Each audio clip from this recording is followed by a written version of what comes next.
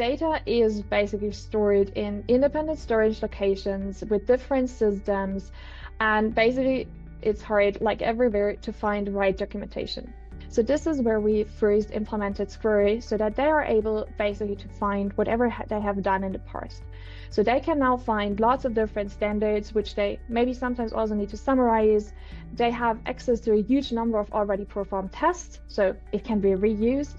And this is basically what gives them a really, really good benefit, so that either it's simplifying what they do in their daily businesses, in their operative tasks, but also that they can access the knowledge of colleagues by a simple prompt into the system.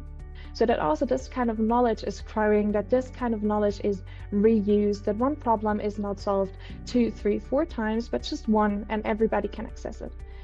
What impressed us most about this Squirro platform and the offering of Squirro is this kind of variability we can have. So having different data sources, also having the possibility to combine internal and external data, gives us a huge kind of potential we can use by finding our data.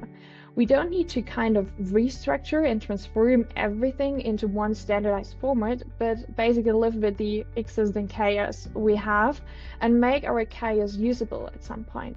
So basically, that is what gives us a huge potential, using what we already have kind of collected, documented, and basically done over the last more than 160 years of our company history, but reuse it also for the future.